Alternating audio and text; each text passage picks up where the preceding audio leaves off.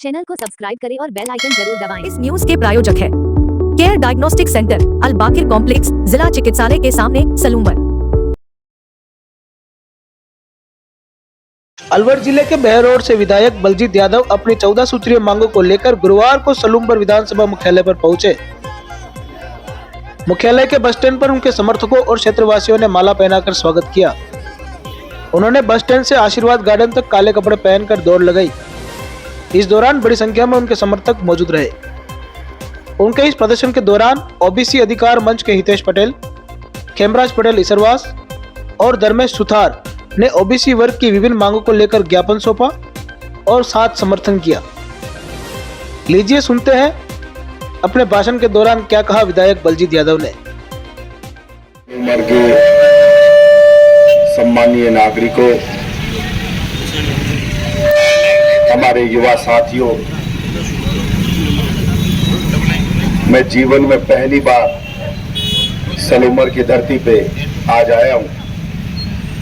अपनी 14 सूत्री मांगों को लेके पिछले 4 साल से राज्य सरकार और केंद्र सरकार, हम दोनों से विभिन्न मुद्दों पे मांग करते आ रहे हैं। पिछले 4 साल से राजस्थान की विधानसभा में मैंने सरकार को बताने की कोशिश की कि राजस्थान के बेरोजगार युवाओं के साथ घोर अन्याय हो रहा है। या तो भर्ती निकलती नहीं है, भर्ती निकलती है तो पेपर आउट हो जाता है, कोई भर्ती कोर्ट में फंस जाती है और पेपर लुटेरा है, वो तो नौकरी लग जाता है और गरीब किसान मजदूर का बेटा रोता हुआ अपने घर चला जाता है। एक खून की सजा फांसी तक दी जाती है। तो मैंने राजस्थान के विधानसभा में कहा, अरे लाखों जवानों के सपनों का खून करने वाले ये पेपर लुटेरे, इनको एनकाउंटर में उड़ा देना चाहिए सरकार को, तब जाकर के ये रुकेंगे। होगा ये पेपर लूट के पीछे जो बड़ी मछलियां हैं, जो मगरमच्छ है, जब तक वो सलाखों के पीछे नहीं जाएंगे तब तक ये रुकने वाला नहीं है। जो घोटाला करने वाले अडानी जैसे जो लाखों करोड़ का घोटाला कर रहे हैं, उनकी सरकार मदद करने में रहती है। इसलिए ऐसा नहीं चलेगा कि इस देश के अंदर सिर्फ सपने देखने और सपने पूरे करने का अधिकार पूंजीपति के बच्चों को नहीं होगा, बेईमानों के बच्चों को नहीं होगा, भ्रष्टाचारी के बच्चे को नहीं होगा। अरे मजदूर के बेटे को भी अधिकार होना चाहिए कि वो सपना देखे और अपने सपनों को पूरा करे। इसलिए सरकार एक साथ 5 लाख भर्तियां निकाले और भर्ती का कैलेंडर जारी करे कि इस तारीख को एग्जाम होगा, इस तारीख को रिजल्ट आएगा और इस तारीख को ज्वाइनिंग दे दी जाएगी। वरना साल 2 साल 5 साल कोचिंग में गरीब का बच्चा लुटता रहता है। मैंने राजस्थान की सरकार से मांग की कि मैं निर्दलीय विधायक हूं, फिर भी मेरे बहरौर विधानसभा क्षेत्र में मैंने सभी मेहनत कश के बच्चों के लिए बिल्कुल फ्री कोचिंग खोली है। कोई भी आए वो कोचिंग करे, 1 रुपया नहीं लगता किसी का। मैंने मेरे विधानसभा क्षेत्र में सरकारी स्कूलों में स्विमिंग पूल तक बना के दे रहा हूँ, ट्रैक बना के दे रहा हूँ, गार्डन बना के दे रहा हूँ, स्मार्ट क्लास बना के दे रहा हूँ, ताकि गरीब मेहनत कश और ईमानदार का बच्चा भी सरकारी स्कूल में पढ़ सके। क्योंकि प्राइवेट स्कूल जो बड़े बड़े उन्होंने लूट मचा रखी है, इतनी भारी भरकम फीस हो गई है कि मजदूर और किसान का अपने बच्चे को प्राइवेट स्कूल में पढ़ाना बहुत मुश्किल हो गया है। इसलिए मैंने सरकार से कहा, इन सरकारी स्कूलों की दशा सुधारो। अरे कहीं छत टपक रही है, फर्नीचर है नहीं, चपरासी भी है नहीं, झाड़ू निकालने वाला है नहीं, तो सारी पूरी सरकारी स्कूलें तबाह होती जा रही है और मजबूर है गरीब आदमी इन प्राइवेट स्कूलों में पढ़ाने के लिए। इसलिए मैंने कहा, अरे कभी मेट्रो ट्रेन की बात करते हो, जयपुर के अंदर मेट्रो चला दी, मैं हजारों 1000 करोड़ लगा दिए, वो मेट्रो खाली दौड़ रही है, उसमें और खर्चा करना पड़ रहा है चलाने के लिए। कोई भी कहते मोदी जी कहते हैं बुलेट ट्रेन लेकर के आएंगे, कभी नितिन गडकरी जी कहते हैं भारतमाला लेकर के आएंगे। अरे नहीं चाहिए बुलेट ट्रेन, हमें नहीं चाहिए मेट्रो ट्रेन, हमें नहीं चाहिए भारतमाला। अरे राजस्थान के गरीब किसान मजदूर के बच्चे को नौकरी दे दो और किसान को उसकी फसल का पूरा दाम दे दो, मजदूर को पूरी मजदूरी दे दो, हम वैसे ही आबाद हो जाएंगे। लेकिन जब किसान को फसल देने का रेट देने की बात आए तो सबके खजाने खाली हो जाते हैं कि पैसा नहीं है। जवान को नौकरी देने की बात आए तो ये कहते हैं तनख्वाह कहां से देंगे। अरे भाई जब हजारों करोड़ रुपया खर्च रहे हो जाए जरूरत नहीं है, लेकिन इसलिए खर्च रहे क्योंकि वहां कमीशन आता है। अरे सेना में भर्ती एक साल में 80,000 से 1 लाख लोग भर्ती हुआ करते थे प्रत्येक साल के अंदर, लेकिन वर्षों से सेना में भर्ती नहीं हो रही है।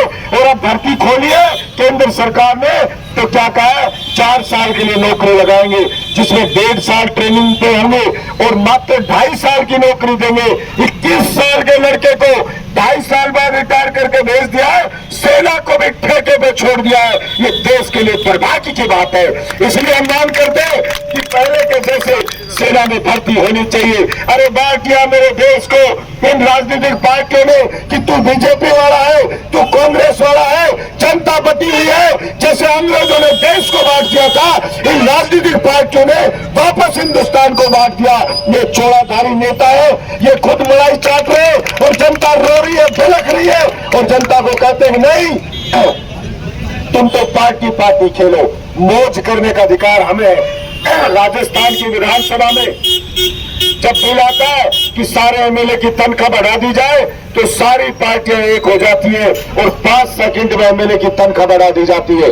एमएलए कहते हैं कि हमें देश में तो हवाई जहाज में घूमना फ्री था, लेकिन एमएलए कहते हैं कि अब हम विदेश घूम के आएंगे और विदेश में अकेले नहीं जाएंगे, हमारे साथ सारे रिश्तेदार यार दोस्त मित्र भी जाएंगे। फ्री कर दो हवाई जहाज तो लग्जरी सीट, विदेश घूमने की, यूरोप घूमो, अमेरिका घूमो, दुनिया घूम रहा सब एमएलए के लिए फ्री कर दी 5 सेकंड के अंदर। लेकिन जब मैंने मांग रखी कि भाई बेरोजगार जवानों के लिए भी कानून बनाओ कि राजस्थान में सरकारी भर्ती निकले तो 90 से 100% मेरे राजस्थान के बच्चों को रोजगार मिलेगा, ये कानून बनाओ तो सबके सब बटे नजर आते हैं। अरे आज के 10.5 महीने पहले मैं जयपुर में सूर्य उदय होने से लेके सूर्यास्त होने तक बिना 1 सेकंड में रुके हुए दौड़ा था, वही मांग करके कि कानून बनाए राजस्थान की सरकार कि यहाँ के बेरोजगार युवाओं को 100% नौकरी मिलेगी और 5 लाख भर्तियों की घोषणा करे, भर्ती कैलेंडर जारी करे, पेपर लुटेरों को जेल में डाले।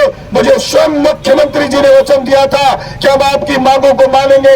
एक कमेटी मुख्यमंत्री जी ने बना दी थी, लेकिन मैंने अभी विधानसभा में पूछा क्या रहा उस कमेटी का, तो उन्होंने कहा अभी निर्णय नहीं आया कमेटी का। अरे भाई 10.5 महीने हो गए, निर्णय नहीं आया। तो मैंने कहा जब मुख्यमंत्री अगर अपने विधायक को जवान देकर मुकर जाता है, इससे ज्यादा अफसोस की बात कोई नहीं हो सकती। इसलिए मेरे पास और कोई चारा नहीं था, इसीलिए मैंने तय किया कि भाई 200 की 200 विधानसभा के मुख्यालय पे मैं काले कपड़े पहन के दौड़ूंगा, मैं सरकार की आत्मा को झकझोरूंगा, मैं सारी जनता को जागरूक करूंगा कि अपने हक की मांग करें। और बहुत सारे कर्मचारी भटक रहे हैं, 3rd ग्रेड के टीचर हैं, वो बेचारे भटक रहे हैं कि भाई हमारे ट्रांसफर क्यों नहीं करो, इंटर डिस्कॉम वाले वो बेचारे भटक रहे हैं, CHA वाले वो बेचारे भटक रहे हैं, कंप्यूटर निदेशक वाले वो बेचारे भटक रहे हैं, कोई PTI की भर्ती हुई उसको पूरा नहीं करे। मतलब लोग रोते फिरे छोटी छोटी बातों के लिए, कोई सुनने वाला नहीं है। इसलिए भाई अब आत्मदाह के अलावा तो और कोई विकल्प बचा नहीं था। हम तो गांधी को मानने वाले लोग हैं, गांधी जी ने भी कहा था करो या मरो। इसलिए अब स्थिति आ गई है कि पूरी की पूरी 200 विधानसभा पे दौड़ूंगा। शायद सरकार को दया है कि भाई हमारा एमएलए दूर फाटता हुआ दौड़ रहा है, तो शायद उनका जमीर जगे और हमारी मांगों को पूरा करे। केंद्र सरकार से भी हमारी मांग है, नितिन गडकरी जी कह रहे थे समंदर का पानी राजस्थान में ला देंगे हम तो मांग करते हैं कि भाई नहर से कह रहे थे समंदर का पानी वो लियाओ, हमें बाकी और किसी की जरूरत नहीं है। पूरी बिजली दे दो किसान को, खाद दे दो उसको, गरीब मजदूर को बिजली फ्री दे दो तो वो खुद बेचारे को बहुत सारी तकलीफें उसकी कम हो जाएंगी। स्कूल सरकारी है, वो प्राइवेट स्कूल से ज्यादा सुंदर बनाओ, टीचर योग्य है, पढ़ाई का माहौल बनाओ तो ये लूट से बच जाएगा आम आदमी, तो वो खुद उसका बच्चे को अगर आप पढ़ा दोगे तो भाई यहाँ भी नौकरी नहीं दोगे तो अमेरिका में जाके कर लेगा, दुबई में जाके कर लेगा, देश में विदेश से पैसा लेकर के आएगा और देश को उन्नति के पथ में ले जाएगा। क्योंकि अगर वास्तव में देश को कोई विकसित कर सकता है तो ईमानदार और मेहनतकश व्यक्ति विकसित कर सकता है। बाकी चोर लुटेरे तो पैसे लूट लूट के विदेश में जमा कर देते हैं, विदेश में बंगला खरीद लेते हैं और विदेश में मौज मारते हैं। इसलिए मैं आप सबका धन्यवाद करता हूं कि मैं पहली बार आया, सुबह सुबह आप इतनी संख्या के अंदर आप सब एकत्र हुए, आपने मेरी बात को सुना, इसने आशीर्वाद दिया, इसके लिए ये बलजीत यादव ताउम्र आपका कर्जदार रहेगा। आपका उनकी दौड़ के समापन पर सलूम्बर विकास मंच के संस्थापक धर्मेंद्र शर्मा, मंच के अध्यक्ष राकेश पुरबिया, मोइनुद्दीन मंसूरी, महेश सोनी, राजेंद्र सुथार, जयेश मेवाड़ा सहित नगरवासियों ने मुलाकात की और राजस्थान की जनता के लिए उठाए जा रहे न्याय संगत फैसलों पर साधुवाद किया।